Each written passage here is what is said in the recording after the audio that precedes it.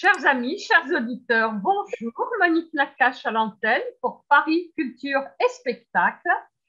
Aujourd'hui, j'ai le grand honneur et le grand bonheur de recevoir via le numérique un professeur émérite de la Sorbonne Paris 4. Je veux parler de Yann Le Bohec, à qui je dis avant tout bonjour. Eh bien, bonjour à vous et bonjour aux auditeurs. Alors, je dois quand même rappeler que nous avons un point commun. Oui, Yann et moi sommes nés tous les deux en Tunisie. Et nous allons pouvoir débattre d'un très beau livre, un livre qui se lit, qui est un livre de recherche, ce n'est pas un roman, mais qui peut se lire comme un roman. Je veux parler des Juifs dans l'Afrique romaine, qui a été publié chez Memoring, et je vous le montre. Alors, dépêchez-vous, allez vous procurer ce livre qui vous apportera une réponse à plusieurs questions. Alors, je vais tout de suite vous poser la première à Yann Le Bohec. Pourquoi ce livre ? D'abord, je salue les auditeurs et je suis très heureux de me retrouver avec vous et avec eux pour cette émission. Alors, pourquoi ce livre ? Pour deux raisons. La première, c'est que je me suis toujours intéressé aux communautés que j'ai rencontrées en Tunisie, les musulmans, les juifs. J'ai même connu quelques Russes orthodoxes. Il y a nécessairement une certaine ouverture d'esprit quand on est un intellectuel. Et puis, il y a aussi une nécessité scientifique. En fait, j'avais commencé une thèse en 1970 sur les étrangers dans l'Afrique romaine. Ça me paraissait très intéressant parce que ça impliquait les questions d'institutions, d'économie, de société, de culture, de religion. Et puis, au bout de 18 mois, je me suis rendu compte que ce sujet de thèse était infaisable parce que la documentation n'était pas pratique, était trop divisée. J'avais un gros paquet de fiches sur les soldats et qui venaient tous de provinces différentes. Et c'est pour cela que j'ai fait une thèse sur l'armée romaine. Et j'avais une petite série de fiches moins importantes sur les Juifs. Et donc, nous sommes en 72. Depuis 72, je me suis passionné pour la bibliographie. C'est un de mes défauts, un de mes vices cachés. Ne le répétez pas. Et chaque fois je le salue, au contraire, je ne le répéterai pas, mais je le salue. Je me moque de moi de temps à autre, ça me fait du bien. Donc, chaque fois que je rencontrais un article, un livre parlant des Juifs dans l'Afrique romaine, j'ajoutais une fiche. On m'a demandé de participer à des colloques, notamment à Montpellier, ça devait être en 1983, où j'ai apporté un dossier sur l'archéologie, tous les éléments archéologiques qui font connaître les Juifs de l'Afrique antique. J'avais beaucoup travaillé sur l'épigraphie, qui est ma spécialité, c'est-à-dire c'est l'étude des inscriptions, hein, notamment des épitaphes, surtout des épitaphes d'ailleurs. Et puis petit à petit, je me suis intéressé aussi au texte. En particulier, il y a un traité de Tertullien qui est intitulé Adversus Iudaeos, qu'on traduit souvent par contre les Juifs, ce qui est une ânerie, c'est un faux sens. Cette communication a été donnée dans un colloque qui n'a jamais été publié. Mais bon, j'ai gardé ça, tout s'est ajouté. Et il y a 2 ou 3 ans, j'ai rencontré les responsables des éditions Memoring, que j'ai trouvé des gens très sympathiques, et je leur ai donné ce livre qu'ils ont publié. Alors, nous allons entrer dans le vif du sujet, car il y a 7 chapitres, avec à chaque fois 4 ou 5 sous-chapitres. Si je vous disais, oui, Yann Le Bohec, le premier chapitre, quand sont arrivés les Juifs en Afrique ? Alors, c'est un problème très délicat qui a été perturbé par des écrits dont je ne comprends pas la raison. Vous connaissez au moins de nom Naoum Slouch. Oui, et Moïse. Alors justement, j'étais étonnée de vous lire comme ça, enfin, avec des mots assassins, hein. Oui, Vous me l'expliquerez peut-être parce que moi je n'ai pas compris. Ces deux auteurs imaginent que les Juifs sont arrivés en Afrique du Nord en même temps que les Phéniciens, c'est-à-dire à partir de 1101 avant Jésus-Christ. Alors, notamment Naoum Slouch qui a écrit beaucoup de petits livres et même un gros, que j'ai passé des heures à lire à la Bibliothèque nationale à Paris, rue de Richelieu, et j'ai lu page à page, et tous les arguments qu'il avance ne tiennent pas. Ce sont des hypothèses. Enfin, la pire de ces hypothèses, c'est que comme la langue des Phéniciens et la langue des Hébreux sont de la même famille, sont des langues Oui. sémitiques, elles se ressemblent. Partout où il y a des Phéniciens, il y a nécessairement des Hébreux. Et comme les Juifs sont plus intelligents que les Phéniciens, vous vous en doutez, forcément, j'ai trouvé cette chose extraordinaire, la civilisation phénicienne est tout entière judaïque. Bon, c'est aberrant. J'ai repris donc tous les arguments qu'il a développés. Aucun ne tient. Ce sont des inventions, des documents non compris. Je donnerai le seul exemple qui pouvait paraître important, c'est une bague portant un nom en caractère hébreu. Or, cette bague a été trouvée dans la tombe d'un homme et le nom qu'elle porte est le nom d'une femme. Ce qui veut dire, la bague, ça se balade, ça va d'un port à un autre, d'un homme à un autre, ça s'achète, ça se vend, se revend, etc. Donc le Carthaginois qui a acheté cette bague ne comprenait pas du tout ce qu'elle signifiait, il a trouvé simplement que c'était joli, que c'était décoratif, il l'a acheté pour lui-même et il l'a gardé jusque dans sa tombe. Mais alors, ce qui veut dire que vous les faites arriver en Afrique romaine à quelle période? Alors, j'ai peut-être tort, parce que nous ne savons pas tout, hein. On trouvera peut-être demain un document qui contredira Mais mon... aujourd'hui, en tout cas, Donc aujourd'hui, je n'ai aucun document antérieur à l'époque des Flaviens, c'est-à-dire en gros les années à partir de 70, si vous voulez. Et donc, mon hypothèse est que les Juifs qui sont attestés en Afrique y sont venus après la guerre très sanglante qui a duré de 66 à 70 et où les Romains ont été extrêmement cruels, comme ils l'étaient toujours d'ailleurs quand ils faisaient une guerre contre des gens qui leur résistaient. Alors, ils sont partis à cette époque-là, et donc c'est à partir de 70 que nous avons la trace, 70 après Jésus-Christ, hein, précisons bien, oui, oui, oui. nous avons pour, que nous avons des preuves de leur présence en Afrique du Nord. Alors, ces preuves, pour en revenir à la Tunisie, est-ce que vous les basez sur la nécropole de Gamart? Est-ce que vous avez également retrouvé des preuves sur les épitaphes de la nécropole ou ailleurs? Alors, d'abord, on n'a trouvé aucune monnaie, aucune lampe, aucun objet qui soit antérieur à 70. Et très souvent, la plupart de ces documents datent au contraire du Bas Empire, c'est-à-dire du IVe siècle ou du Ve siècle. Oui. Bien. Alors, tout ce que nous trouvons de plus ancien, c'est une onomastique sur des épitaphes. Donc, des juifs qui s'appellent Titus Flavius, c'est-à-dire qu'ils ont été les esclaves d'un empereur flavien, Vespasien, Titus ou Domitien, qui sont les trois empereurs flaviens, qui tous les trois s'appelaient Titus Flavius, et que ces juifs ont été libérés, ont obtenu leur liberté, pardon, sont devenus affranchis de ces empereurs. Et c'est une pratique juridique qui est très bien connue.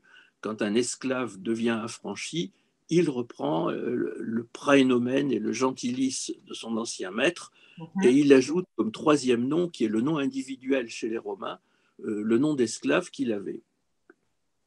Alors, je vois que vous avez basé pas mal de vos recherches sur Djerba et le Nord. Oui, Est-ce à oui. dire qu'à l'intérieur des terres, pourtant il y avait Jugurtha, il y avait Mater, il y a des nécropoles également, des petites nécropoles qu'on a retrouvées à l'intérieur des terres, surtout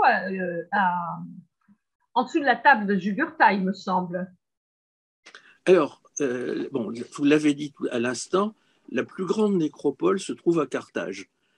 C'est normal, Carthage était la capitale de l'Afrique, c'était une des villes les plus importantes, à équivalence avec Alexandrie ou Antioche, Ah c'était oui, peut-être la deuxième, la troisième ou la quatrième ville de l'Empire, hein. On n'a pas de certitude, pas de statistiques. Donc, Carthage, c'était fondamental. On a trouvé donc cette grande nécropole, qui est la plus grande qu'on connaisse. On a retrouvé l'emplacement de la synagogue, qui était près du lieu-dit Hamilcar actuellement, près oui, du palais présidentiel, mais côté nord. Ce sont des Danois qui l'ont retrouvé. En fait, ils ont retrouvé un ensemble de lampes portant la menorah, le chandelier à sept branches, hein, qui est un symbole exclusivement chrétien, juif, pardon, quoi qu'on en ait écrit autrefois.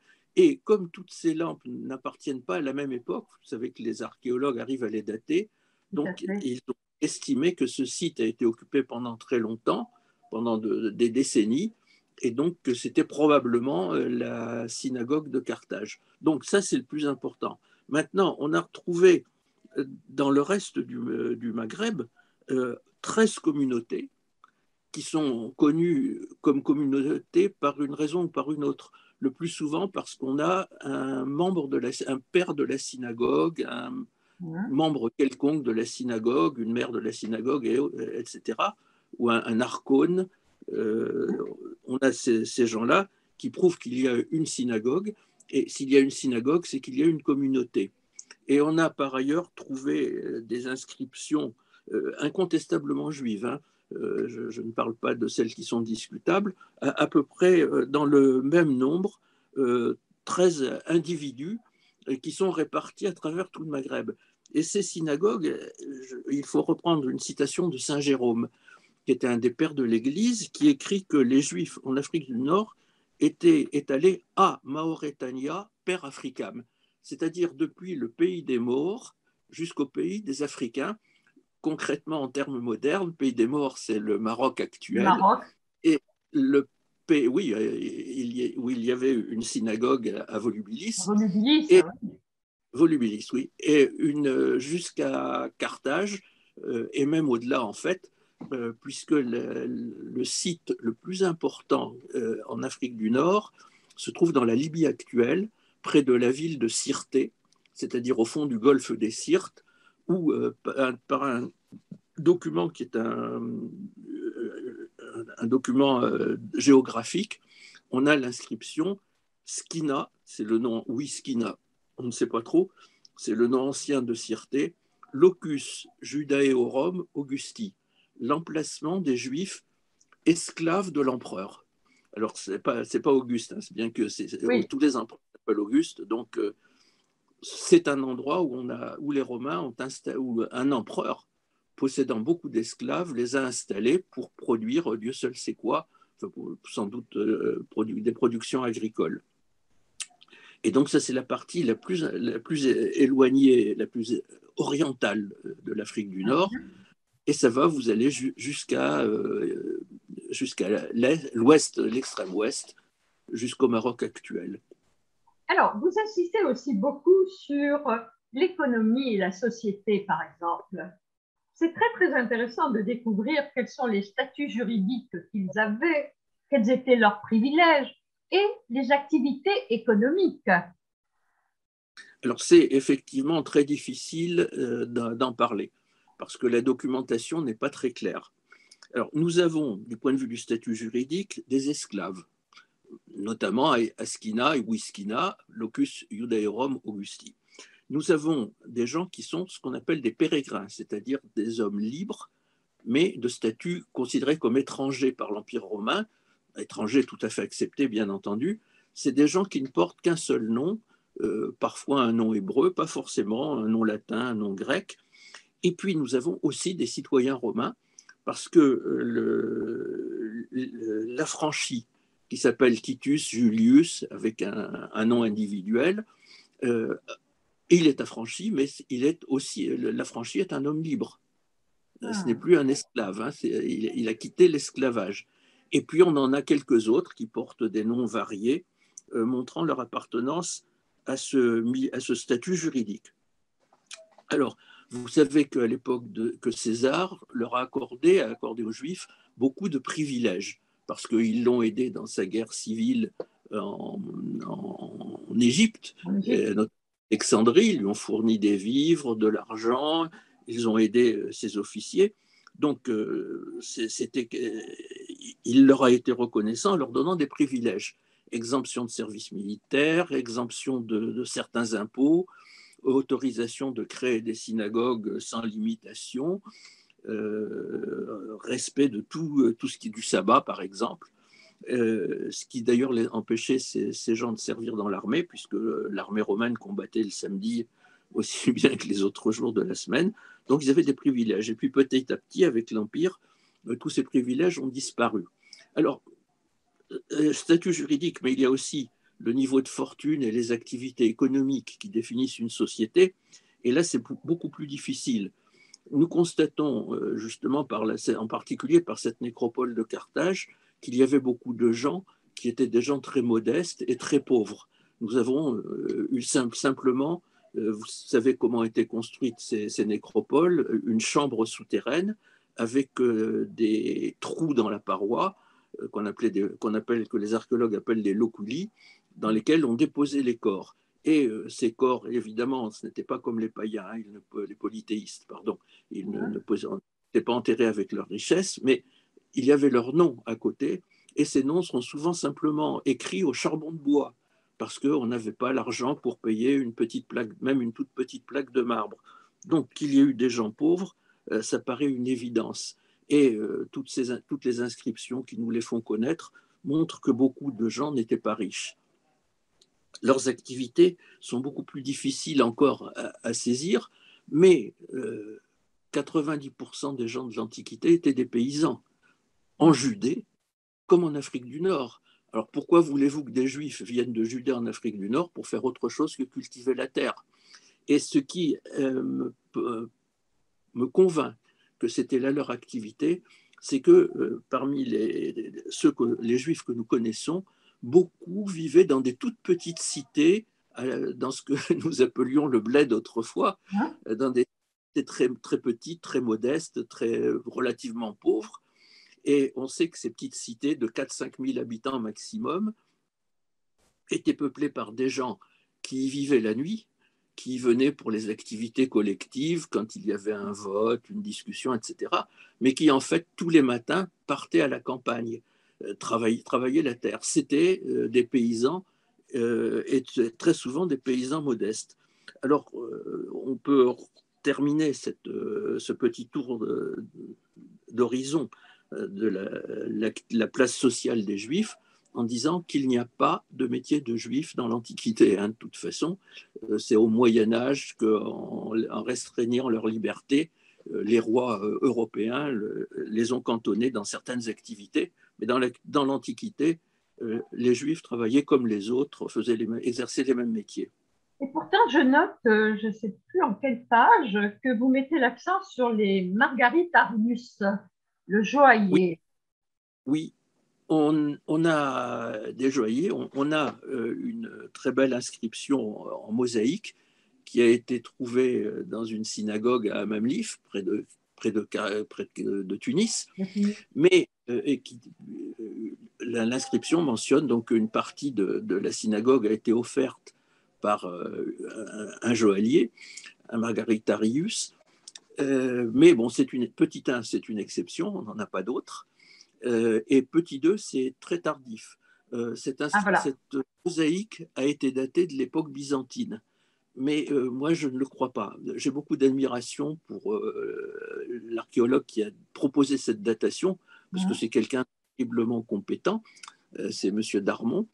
Mais j'ai constaté qu'il y a des textes juridiques qui ont été pris par le pouvoir byzantin dès l'arrivée des Byzantins en Afrique, qui sont extrêmement durs pour les Juifs, et notamment qui leur interdit de construire de nouvelles synagogues. Ah oui, En effet. En parlant de synagogue, il y a dans votre livre de très très belles reproductions des mosaïques de la synagogue d'Amamit.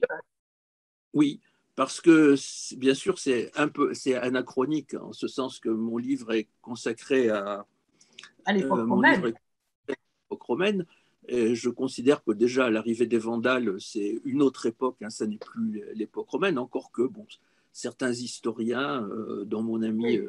le regretté Jean-Marie Lasserre, faisaient prolonger l'Afrique romaine jusqu'à l'arrivée des musulmans. Bon, je trouve ça un peu excessif. Donc, j'ai utilisé cette documentation parce que elle est très belle d'abord, vous avez raison, et surtout, ce sont des symboles que nous retrouvons ailleurs, mais moins bien représentés, sur des mosaïques moins belles, sur des lampes, sur des graffitis, sur des objets divers. Tous ces symboles se retrouvent, montrent une continuité dans le comportement des juifs africains, et c'est pour ça que je les ai utilisés. Mais effectivement, il ne faut pas confondre, c'est de la fin de l'époque vandale, parce que les Vandales, au contraire, à la différence des empereurs romains du IVe siècle ou des empereurs byzantins, Enfin, les Vandales ont beaucoup favorisé les Juifs, leur ont rendu toute leur liberté. Et contrairement aux d'ailleurs, Byzantins. Contrairement aux Byzantins, contrairement aux Byzantins, par donc exemple. Justinien, dès que l'Afrique a été reconquise sur les Vandales, Justinien a écrit à son représentant en lui disant il faut chasser les Juifs qui occupent ils occupent des églises, les chasser, les rendre aux chrétiens, et dès que des chrétiens veulent prendre les synagogues, il faut les leur donner. Alors, Yann Le Goec, il y a un très beau chapitre que vous consacrez à la religion. Oui, enfin, je vous remercie de dire qu'il est beau. Ah, j'ai beaucoup apprécié, honnêtement, parce que je trouve que c'est d'abord très clair et qu'on apprend aussi pas mal de choses. Vous dites, entre autres, que les femmes juives étaient voilées. Oui, c'est assez amusant. Le Mais voile a oui, été inventé mais en oui, Afrique parce du que Nord par on est les tellement Juifs. impliqué et imbriqué avec l'image moderne de la femme voilée qu'on en oublie certains points Alors, fondamentaux que c'était vous soulevez et qui sont très intéressants. Alors, un mot sur le voile, c'est Tertullien qui en parle. Alors, Tertullien, c'est un écrivain chrétien qui était fanatique, hein. Je me rappelle d'un de mes amis, qui était Claude Lepelley, qui m'avait dit une fois Tertullien, c'est un taliban chrétien. Et c'est un intégriste, mais vraiment au total. Et Tertullien dit voilà, les femmes juives ont le droit d'aller au théâtre, mais elles doivent être voilées. Et ça, c'est très beau, c'est très bien, et il faut que les femmes chrétiennes soient voilées elles aussi.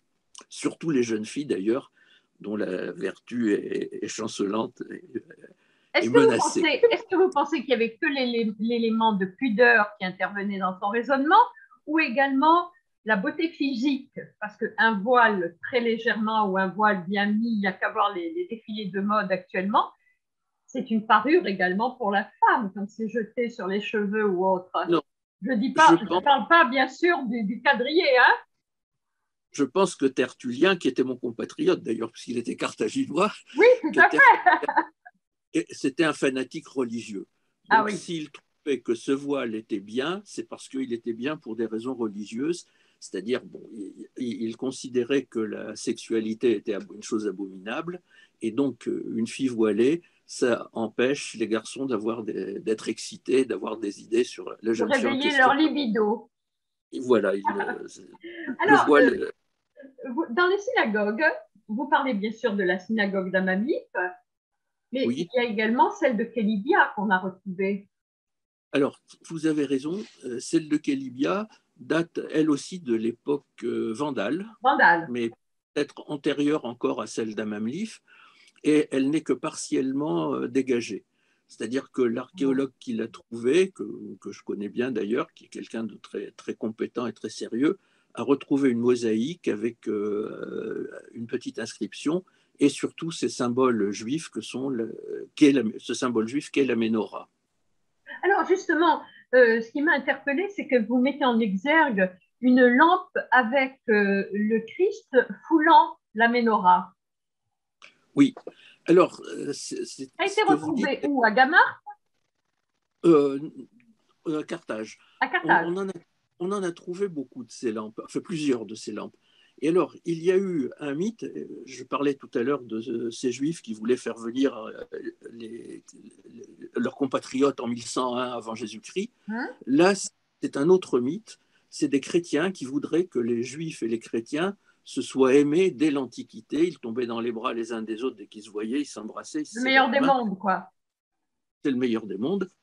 Et en réalité, donc, quand cette lampe, la première, a été publiée, on voit un personnage qui est debout, très grand, qui tient une croix à la main droite, et qui a au pied de ce personnage, il y a une menorah qui est renversée, donc les chandeliers renversés. Et donc, ces gens ont dit, mais vous voyez, c'est un symbole de la continuité entre le judaïsme et le christianisme.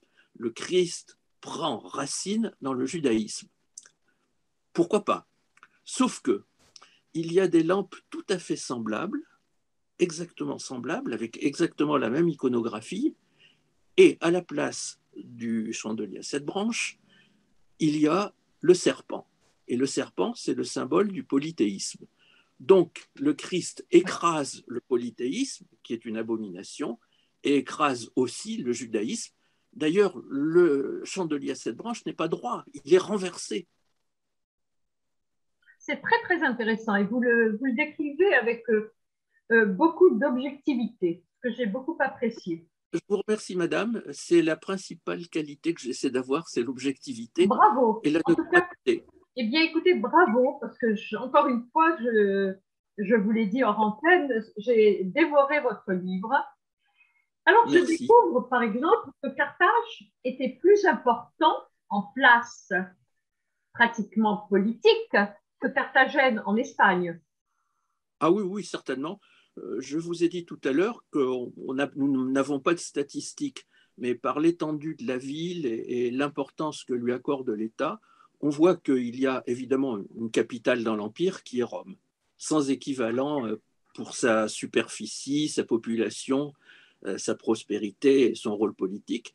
Et en deuxième position, il y a Carthage, Alexandrie ou Antioche. On ne sait pas très bien laquelle. Peut-être aussi Éphèse d'ailleurs, qui était une ville considérable à cette époque.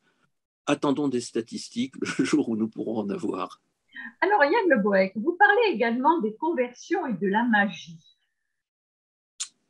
Oui, c'est un sujet qui est assez difficile et nous voyons qu'il y a des conversions dans les deux sens, des chrétiens ou des polythéistes Hein? qui trouvent que le judaïsme est une très belle religion, mais qui hésitent à franchir le pas. En particulier pour les hommes, la circoncision à 40 ans, Bien ça ne sûr. leur semble pas une très bonne idée. Donc, ce sont des craignants Dieu, ce qu'on appelait à l'époque des métuentes. Des craignants Dieu sont des gens qui disent, bon, le Dieu des Juifs, c'est un grand Dieu, on le respecte, on l'admire, on vient le prier, mais on n'entre pas à l'intérieur de la synagogue, on ne peut pas y entrer parce que nous ne voulons pas franchir le pas. Mais il y a aussi des chrétiens et des polythéistes qui se sont convertis au judaïsme. Il n'y en a pas beaucoup attestés parce que la documentation n'est pas très abondante. Et il y a aussi, dans le sens inverse, des juifs qui se sont convertis soit au christianisme, soit au christianisme, parce qu'au polythéisme, non, je n'en ai pas Non, trouvé. Et on peut dire, on a l'inscription, une inscription par exemple de deux défunts qui sont des judaïs, qui viennent de la communauté des juifs, donc qui n'y sont plus. Et on pense que ce sont des gens qui se sont convertis pour des raisons matérielles, matériel. pratiques, pour convertis d'ailleurs théoriquement, hein, sans l'être Alors, réellement. concernant la magie, est-ce que vous avez retrouvé des amulettes, par exemple? Alors, nous avons trouvé, oui, nous avons trouvé beaucoup de choses. Il y a une anecdote, celle de Petronia d'Usalis, qui est racontée par saint Augustin, qui est assez amusante. C'est une dame qui avait des problèmes de santé, qui est allée, elle a demandé comment se soigner. On lui a dit, mais il y a un juif qui est magicien et qui va te guérir. Donc, elle est allée le voir. Il lui a dit, il faut porter une ceinture avec à l'intérieur de cette ceinture une petite pierre. Donc elle s'est attachée la ceinture autour de la taille avec la pierre. Évidemment, vous vous en doutez bien, elle a été guérie. Et puis, mais elle a quand même gardé la ceinture. Et un jour, en se promenant, la ceinture s'est détachée, la pierre est tombée, et elle a dit voilà, le circuit est terminé, je suis guérie. Merci au magicien qui m'a soigné. Alors, nous avons aussi des amulettes, on en a un assez grand nombre. Et puis, on a des tablettes qui portent des inscriptions qui sont magiques. Et ce qui frappait beaucoup les gens de l'Antiquité, c'est la ressemblance entre le dieu Yahoo, qui était un dieu païen d'Égypte, et Yahweh. Yahweh. Donc, on retrouve sur ces inscriptions, par exemple, Yahweh Sabaoth. Alors, Sabaoth, c'est un des noms de Yahweh, c'est Yahweh Sabaoth. Et les magiciens de l'Antiquité jouaient sur ces deux mots. Adonai aussi était présent a été présent sur ces inscriptions. Et ça montre les liens entre le judaïsme et l'utilisation par des polythéistes, parce que ces gens-là étaient des polythéistes, qui utilisent des noms hébreux, ou qu'ils croient hébreux, ou qui sonnent hébreux sans lettres, pour dire aux gens, vous voyez, c'est vraiment une magie très très efficace, nous faisons appel au Dieu des Juifs. Ça interpelle d'autant que la science moderne et la médecine moderne nous dit bien que le mental a son importance à 50%. Bien entendu, oui, sans doute. Alors, le temps qui nous est imparti avance, on pourrait prendre tout, mais c'est magnifique, y compris le chapitre sur les conflits entre communautés, dans la rue, les conflits dans les écrits, dans la législation. C'est quand même très, très intéressant. Alors, le conflit, vous savez, quand il y a un conflit, en général, les deux parties sont impliquées. Et on peut partir de Tertullien, parce que ça nous place aux environs de l'an 200 de notre ère, et c'est très intéressant. Il nous cite il a deux références qui me semblent très importantes et qui détruisent le mythe de ces chrétiens qui aiment les juifs et des juifs qui aiment les chrétiens, parce que ça c'est le deuxième grand mythe, je crois, du judaïsme africain dans l'Antiquité. La première de ces citations, c'est qu'il nous raconte qu'un juif qui était, d'ailleurs c'est un hérétique, dit-il, qui se promène dans les rues de Carthage avec un panneau disant « Le Dieu des chrétiens est un âne ». Plus exactement, il vit dans une étable. Bon, alors il y a des chrétiens récents qui veulent atténuer les conflits, qui disent « Oh, c'est pas bien méchant ». D'accord, ce n'est pas méchant, mais ce n'est pas gentil non plus. Et puis, le même Tertullien, donc là nous voyons, c'est un juif qui attaque les chrétiens. Le même Tertullien dit ailleurs que les synagogues sont des fontaines de persécution. Je le cite. C'est-à-dire que dans les synagogues, on soutient les autorités polythéistes, l'État, chaque fois il y a moyen, il y a besoin de persécuter les chrétiens. Mais paradoxalement, ces conflits ne sont pas mortels ni terribles comme ils peuvent l'être parfois de nos jours, heureusement, parce qu'on voit par exemple que Saint Augustin notamment allait fréquemment voir des rabbins qui connaissaient bien l'hébreu pour leur dire, ben voilà, dans tel passage de la Bible, absolument. Nous, en Afrique du Nord, on ne connaissait pas l'hébreu, on ne connaissait même pas le grec ou très rarement. L'Afrique du Nord était de langue latine. Et il y avait une Bible pour les chrétiens d'Afrique, qu'on appelle la Vetus Latina, qui était écrite en latin. Donc, à tel endroit, il y a tel mot, on n'est pas bien sûr qu'est-ce que ça veut dire. Et le rabbin prenait sa Bible en hébreu, disait bah, ça correspond à tel mot, et tel mot pour nous, ça a telle et telle signification. Donc, si vous voulez, les relations étaient malgré tout mitigées. Elles existaient en tout cas. Elles existaient. Ce n'était pas une haine absolue et permanente, c'était des conflits qui éclataient de temps à autre. Et dans la rue, théologiquement aussi. Mais alors théologiquement, les conflits sont vraiment idéologiques. Il n'y a pas donc ces traités dont je vous parlais tout à l'heure, Adversus Judaeos. Le traité Adversus Judaeos, c'est quelque chose que tous les grands auteurs chrétiens ont écrit. On en a un de Tertullien, on en a un de Saint Cyprien, on en a un de Saint Augustin, et de différents autres auteurs qui sont moins connus. Et alors, adversus judaeos, on a dit autrefois, ça veut dire contre les chrétiens. Et effectivement, adversus, c'est un adverbe qui veut dire contre le plus souvent.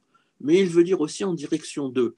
Et quand on lit tous ces traités, moi, notamment celui de Tertullien que j'ai lu très très attentivement, au point d'ailleurs de me rendre compte qu'il était incomplet, la fin manque, ce qui n'avait pas été remarqué jusque-là. Donc tous ces traités ne disent pas aux Juifs vous êtes des méchants, vous avez tous les vices, etc. Au contraire, il s'agit de les convertir. Donc on leur dit vous êtes des gens très bien, vous êtes plein de qualités, mais vous n'avez pas compris que le message. le Christ est Dieu, est le vrai Dieu.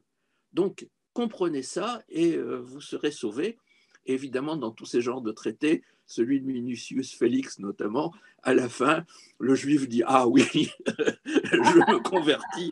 Mais Yann Le Goët, quand vous dites que dans un traité, vous vous êtes aperçu que qu'il manquait la fin, vous pensez pouvoir la retrouver un jour? Moi pas, non. Peut-être la retrouvera-t-on un jour. Vous savez, on retrouve encore régulièrement des textes de l'Antiquité, notamment, je parlais à l'instant de Saint-Augustin, on a retrouvé à la Bibliothèque nationale de Paris et à Mayence, d'une part, des lettres inédites qui n'avaient jamais été publiées, d'autre part, des sermons qui n'avaient non plus jamais été publiés, qui depuis ont été publiés évidemment. Donc pourquoi ne retrouverait-on pas un morceau de Tertullien et ce qu'il manque? Enfin, ce qu'il manque, ce qui est sûr qu'il en manque, c'est parce qu'il y a toute une discussion et puis ça s'arrête, ça tombe en l'air, ça s'arrête brusquement. Or, ce qui manque, c'est ce que je vous disais à l'instant, c'est le juif qui dit ah, tu as raison, je me convertis. Voilà. En tout cas, Yann Le Goët, je vous remercie de faire revivre ces juifs d'Afrique de l'époque romaine avec leurs coutumes, leur langue, leur pauvreté, leur souhait plurimillénaire qui est de dire l'an prochain à Jérusalem. C'est ce que signifie la Ménorah et le recours régulier à la Ménorah. Une dernière chose érudite, si vous le permettez. Bien sûr. Il y a 107 textes qui font connaître 66 lois de l'État romain concernant les Juifs. Sur ces 107 textes, 30 font connaître 13 lois qui concernent les Juifs d'Afrique, ce qui veut dire effectivement que ces Juifs étaient nombreux et importants. Et je crois que ce sera pour moi le mot de la fin, si vous le permettez. Ces Juifs étaient nombreux, importants pour l'Afrique romaine et pour l'Empire romain, beaucoup plus qu'on ne l'a dit dans le passé. Merci Yann Le Goët. Merci pour cette belle découverte. Et Monique Nakache. À très bientôt. Et bonjour aux auditeurs de Voix Plurielle. Merci. Quant à moi, chers amis, je vous dis à la semaine prochaine. Monique Nakache pour Paris Culture et Spectacle.